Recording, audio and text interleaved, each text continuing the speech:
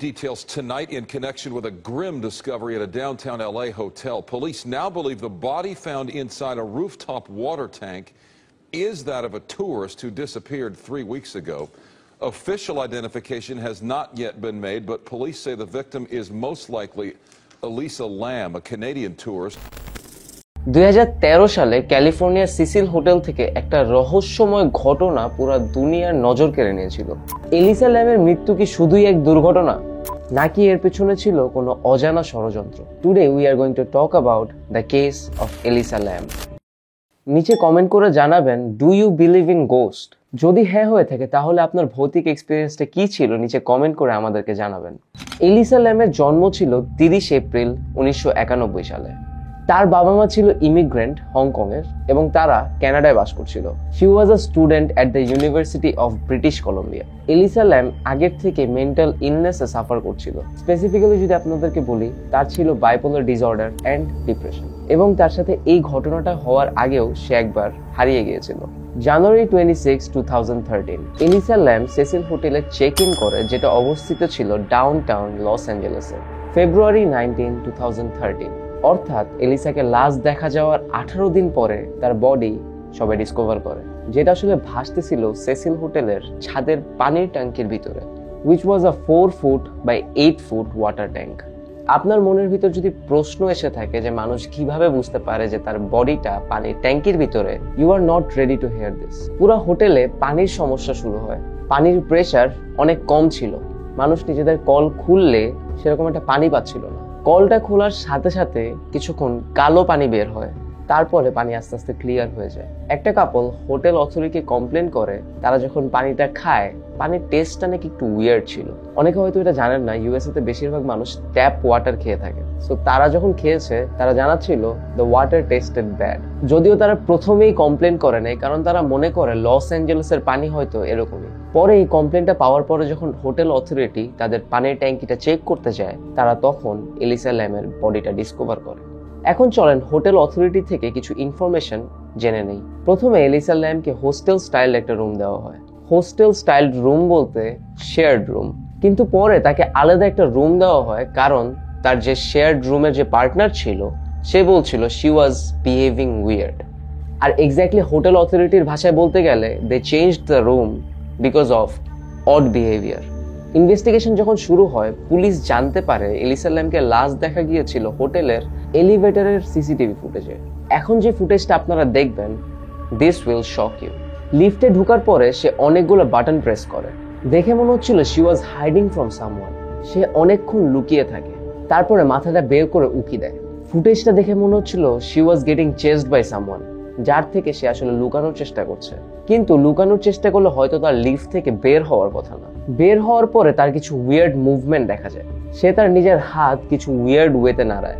আর ফুটেজটা দেখে মনে হচ্ছিল তার কোনাকুনি কেউ একজন দাঁড়িয়ে আছে, যার সাথে সে কনভারসেশন করার চেষ্টা করছে। কিন্তু আরেকটা উইয়ার্ড ব্যাপার কি আপনারা নোটিস করেছেন? এই লিফটের গেটটা পুরাটা টাইম একবারও বন্ধ হয় নাই।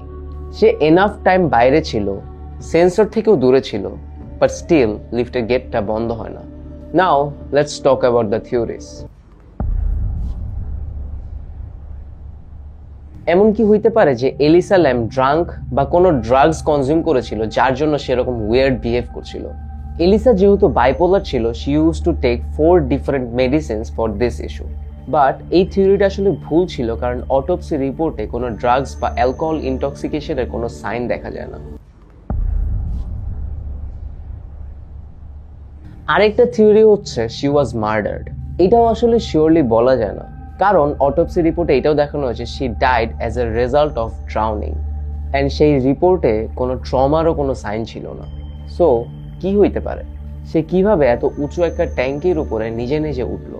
ছাদে উঠার দুইটা ওয়ে ছিল। একটা হচ্ছে এমার্জেন্সি ফায়ার এক্সিট, যেটা বিল্ডিং এর প্রত্যেকের রুমের জানলা দিয়ে বের হয়ে তারপর উঠতে হবে। আর সেকেন্ডটা হচ্ছে বিল্ডিং এর অ্যাকচুয়াল যে সিঁড়ি আছে, এই সিঁড়ি দিয়ে রুফটপ পর্যন্ত যাওয়া, কিন্তু সেই দরজাটা আসলে লক থাকে। ফায়ার এসকেপের 3টা রাস্তা ছিল, কিন্তু সেটা করতে হলে তাকে জানলা দিয়ে ক্লাইম্ব করে তারপরে সিঁড়ি বেয়ে উপরে উঠতে হতো, যেটা হয়তো অনেকের চোখে পড়তো। রুফটপের দরজা সাধারণত লক থাকে। ইভেন সেই দরজাটা যদি খোলার চেষ্টা করা হয়, পুরো বিল্ডিং এ অ্যালার্ম বেজে ওঠে। কিন্তু লাস্ট কয়েকদিনে কোনো অ্যালার্ম বাজে না। আর লিফটের ফুটেজ দেখার পরে সেই জিনিসটা আসলে মনে হয় না যে সে ফায়ার এক্সিট দিয়ে হেঁটে হেঁটে ছাদে উঠবে। স্টিল আমরা ধরে নিলাম সে উঠেও গেছে। ছাদে উঠার পরে 10 ফুটের একটা মই তাকে বেয়ে উঠে তারপর ট্যাঙ্কির ভিতরে ঢুকতে হবে।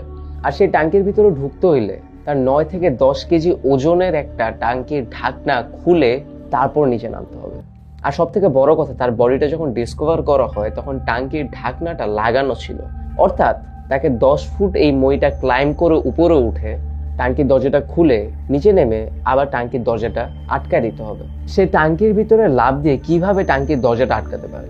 তাকে যখন হোটেল অথরিটি ডিসকভার করে তখন তার পরনে কোনো কাপড় ছিল না, কিন্তু কাপড়গুলো পাওয়া যায় ট্যাঙ্কির ভিতরে। হয়তোবা তার ছাদে ট্যাঙ্কির উপরে কাপড় খুলে তারপর কাপড়গুলো ভিতরে দিতে হবে, তারপরে সে লাফ দিয়েছে। অথবা সে ট্যাঙ্কির ভিতর ঢুকে তারপরে তার কাপড় চেঞ্জ করেছে। Okay, now the last theory. Cecil hotel আসলে এইসব ইনসিডেন্টের জন্য অনেক বেশি পপুলার। রিচার্ড রামিরেজ, যে একজন সিরিয়াল কিলার ছিল and also he got convicted for 13 murders, সে নিজেও সিসিল হোটেলে থাকতো। 1984 থেকে 1985 পর্যন্ত সিসিল হোটেল তার বাসা ছিল। He was also a known স্যাটানিস্ট।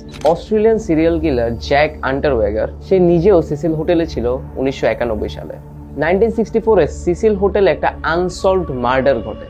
Also, Cecil Hotel was the last place Black Dahlia was seen alive in 1940s.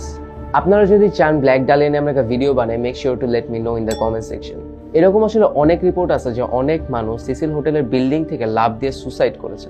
ওই এলাকার লং টাইম রেসিডেন্ট যারা আছে তারা এই হোটেলের নামটা দিয়েছিল suicide. Even the hotel is very weird. যদিও হোটেলটা আর এখন এক্সিস্ট করে না, সেই বিল্ডিংটা এখন হোমলেস মানুষদের জন্য একটা ক্যাম্প বানানো হয়েছে। সো এইসব প্যারানর্মাল অ্যাক্টিভিটির জন্য অনেকে মনে করে এলিসা ল্যাম ওয়াজ পজেসড। আপনার কি মনে হয় কি হয়েছিল?